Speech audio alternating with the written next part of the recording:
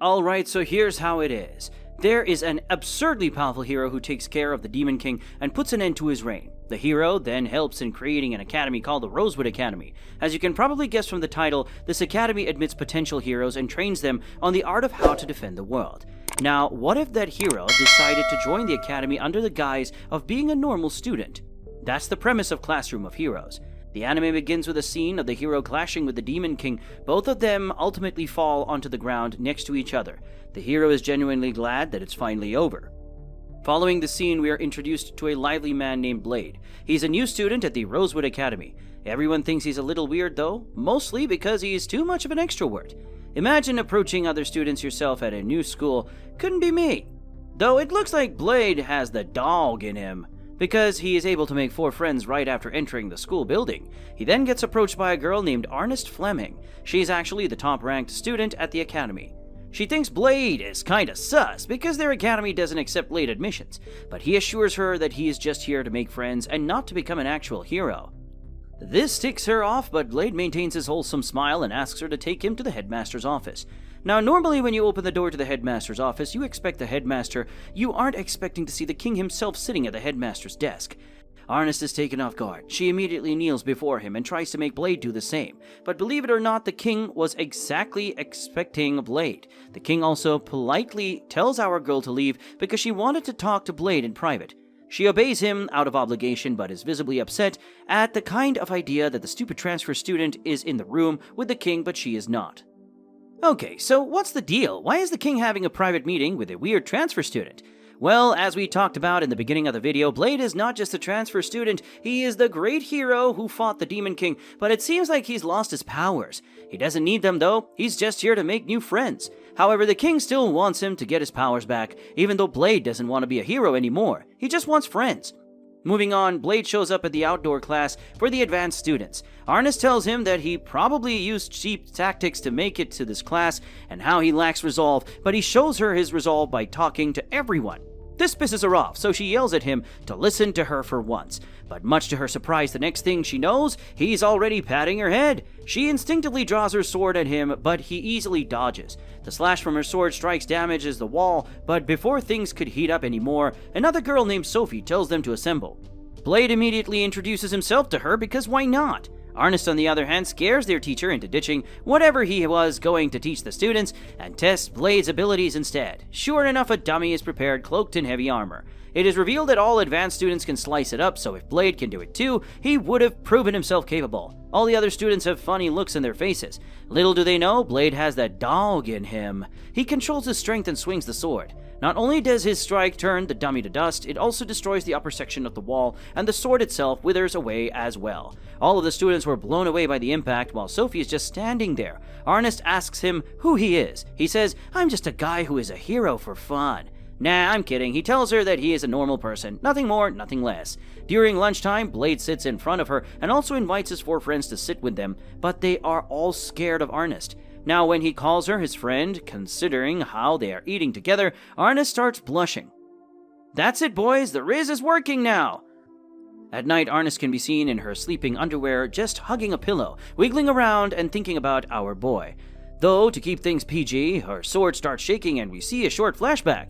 When she was just 6 years old, she unsheathed the demon's sword. Her hair turned red, and since then, she's been hearing these strange voices in her head. You know, the voices we call thoughts? Well, in her case, the voices keep telling her to destroy everything. When the flashback ends, we see her violently hugging the sword instead of the pillow. She says she won't give in to her urges. We're talking about the urge to destroy everything. In the morning, Ernest duels with a boy who has literally 0 Riz. She sends him flying. Then she fights Sophie, and the two of them are a pretty even match. But Sophie admits defeat before it gets serious. It looks like she's hiding something. So next, Ernest wants to fight Blade, but something makes her collapse right there and then. He takes her to the infirmary. The doctor lady tells Blade that she has a curse, but before the conversation goes anywhere, Ernest wakes up and argues with the doctor to leave. Blade reassures the doctor that he'll take care of her, and so they exit the infirmary. Blade helps her walk, but the moment she sees other students standing in the distance, she starts walking on her own. She doesn't want them to see her being weak.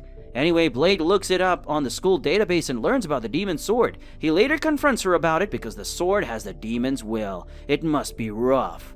Fortunately for her, Blade talks her into making the sword acknowledge her as the new owner. She's worried about failure, but Blade tells her that he'll cut it down if anything goes wrong. Sure enough, thanks to Blade being there for her, she manages to make the sword her own. But at what cost?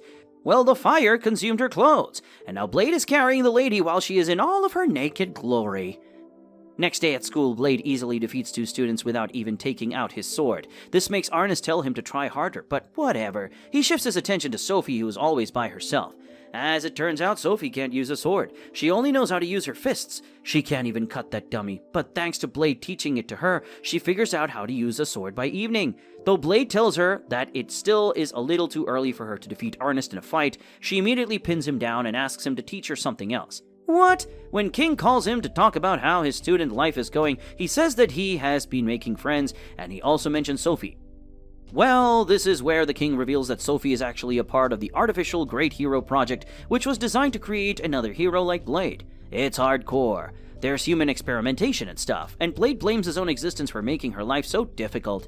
The king tells him that he has already put an end to the organization, but he can't really ignore it now that he knows. He wonders what he can do for her and starts asking around until finally getting the answer that he has to go on a date with her.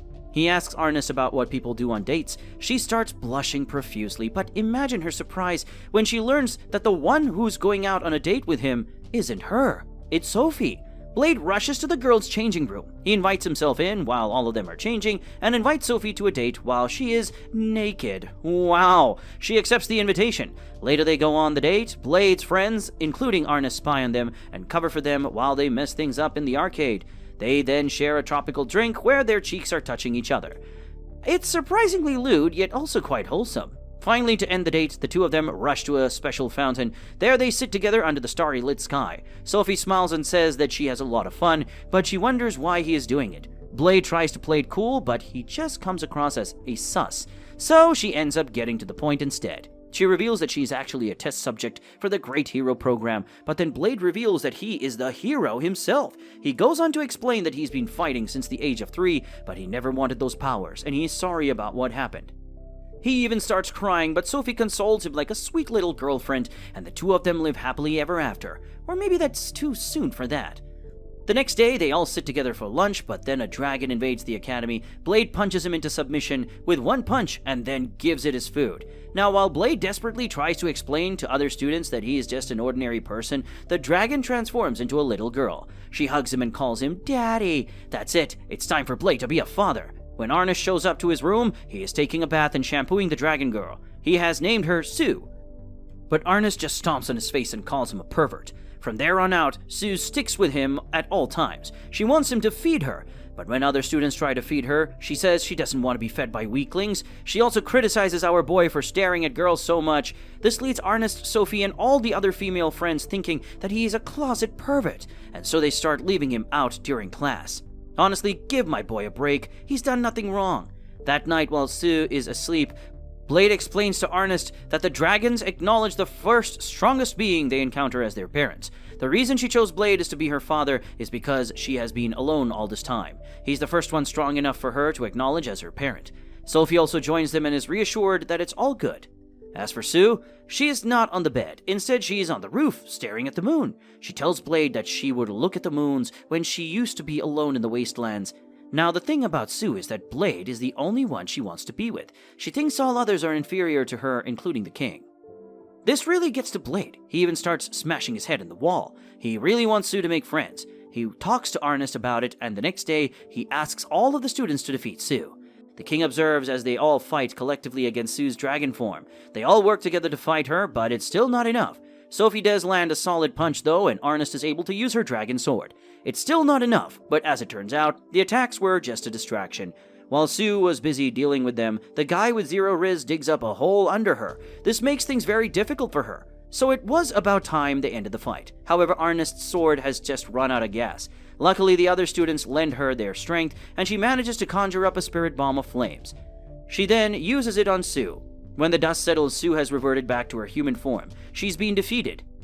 Hell yeah, because she then asks them all to become her friends, and of course everyone agrees to be her friend. In the following days, we see the girls getting closer to Sue. They all find her adorable. Meanwhile, Arnis looks like she has started gaining weight. The others try their best to not point it out, but Blade just says it as it is. He doesn't know what he did wrong, while it has been 3 days since Arnis locked herself up in a room. When they go to her room to check up on her, they think she's crying, but when they turn on the lights, there is this glorious sight of Arnis just munching on sweets and snacks. She got addicted to sweets after the fight with Sue. Blade is glad that she isn't mad at him, and they're still friends, so he tries to leave, but the girls want him to stay and help with the situation.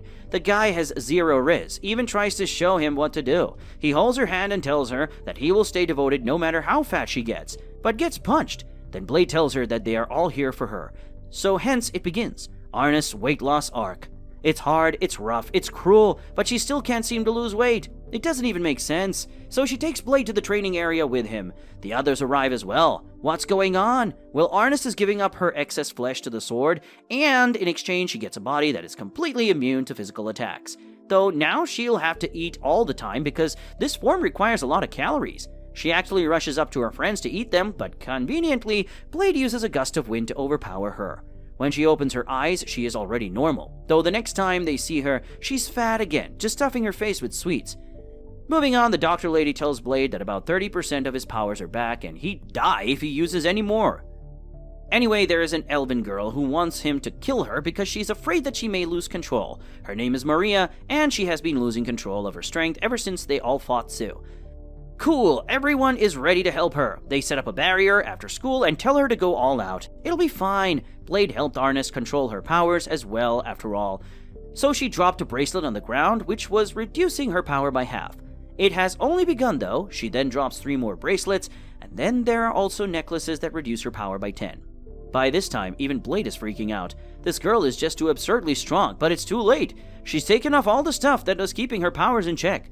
She screams at them that someone is about to come out, and then she transforms into a rather seductive-looking demon. It's not just any demon though, it's the actual Demon Lord. Yes, she transforms into the Demon Lord. Well, the female version of the Demon Lord, she easily defeats all of them, even Sue, so Blade attacks her with his sword. But he hasn't even unsheathed it. This pisses her off, as he isn't taking her seriously. He tries, but the sword breaks first, so Arnis tells him to use her sword instead.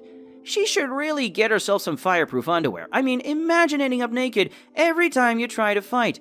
That's some kill la kill level stuff. Anyways, Blade uses his full power for an instance and defeats her. He collapses right afterwards though. He wakes up in the doctor lady's office. She gives him a hug because he could have lost his life. As for the Demon Lord, well, it turns out Maria is actually the Demon Lord's daughter. She maintains her Demon Lord form and starts attending school while the king explains the situation to everyone. Her personality has changed though. She doesn't even hesitate to flash herself before guys. A complete opposite of good old shy Maria. At night, she comes for Blade in her Demon Lord form and spends the night with him while staring at the moon. She tries to set up the mood, but Blade is the kind of guy who never gets horny. She tells him that Maria still exists in the deepest reaches of her mind, but she may never appear again because of how much she was shunned in the past. In the morning, they figure out that Maria's necklace has a record message. They play it, and it ends up being a message from the Demon Lord himself. He apologizes to Maria for leaving her and her mother. He just didn't want them to be associated with him because he was about to fight the hero. Now, having realized that her father didn't abandon her, Maria and her demon form somehow start coexisting in the same body.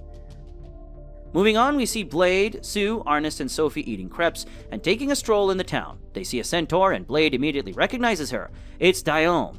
She also recognizes her and tries to call him the great hero, but Blade stops him because, of course, the only one who knows his secret is Sophie and the king. Turns out that the wagon she brought is for the king, and that Dione is going to be teaching at Rosewood Academy. Sure enough, she may be clumsy, but her skills are top tier. Soon it's time for a bath. Blade washes Ku's hair, like usual, while the girls have their way with Dione. Must be fun washing a centaur's back. Sure seems like it. Soon the conversation heads in the direction of why she knows Blade. Now, why is Blade in the same bathing area as all of these ladies? Well, his excuse is that he is just there to wash Sue's hair. They are all in the same bathroom, ready to hear Dione's story of how she met Blade. She explains that she met him when he was just 5 years old. He bit her behind, and the mark is still there. She casually goes on and ends up talking about how trained herself and fought the great hero, while Sophie calms Blade down by telling him that no one has figured out he is the great hero. It's a goofy, bath episode. A few days later, Arnis and Blade are shopping in town when they see a simurg of the sky. Then they realize there are 2 of them. Must be lovers. Anyways, it was clear that they are after the wagon, so both Blade and Arnest later asked the king about it. Just what the hell is in the wagon? As it turns out, the great respectable king stole their egg. His excuse is that he only needed it temporarily. He explains that the way it was, the egg wouldn't have hatched because the conditions weren't in place. He then also gives it on to the students the task of making the egg hatch tomorrow. What are the conditions? It has to be at the same elevation as a 10,000-year-old tree, and it has to be sunset for the egg to hatch. That's why the students have to keep the egg safe from the angry Simmer couple until sunset. The students try their tricks against the Simmer couple and keep them busy for the entire day. Eventually, it's time for the sunset. Now all they have to do is get it to the same elevation as the tree. Unfortunately, the lift stops. To make matters more complicated, the Simmer couple has found them. The others tell Blade to take the egg to the elevation while they face off against the big birds. He starts running up the tower, but then Dione offers to help him by letting him ride her. On their way, the two of them have a heartfelt conversation. How he was alone when he fought the Demon Lord, but now he has all these friends. Of course, Dione is also his friend. When they get to the egg, it's too heavy for our boy to carry it, so Dione helps again. Once there, they see the king claim that he was once saved by a Simurgh, so now it's time for him to pay them back for it. Sophie and Blade use their powers to keep them away until finally, the eggs hatch. It's two cute, adorable Simurgh twins. They immediately start cuddling with him. Yes, you guessed it. After a dragon girl, our boy is now a father to these Simurgh twins. Can we get much higher? The anime is still ongoing, so do check it out if you want to know what happens next. As for this recap, what did you think of the story? Let's talk about it in the comments section below. As always, a like, subscribe, and comment will be much appreciated. Well then, with that said, we'll see you guys in our next recap, and let us know if you want us to do a part 2 after the anime ends.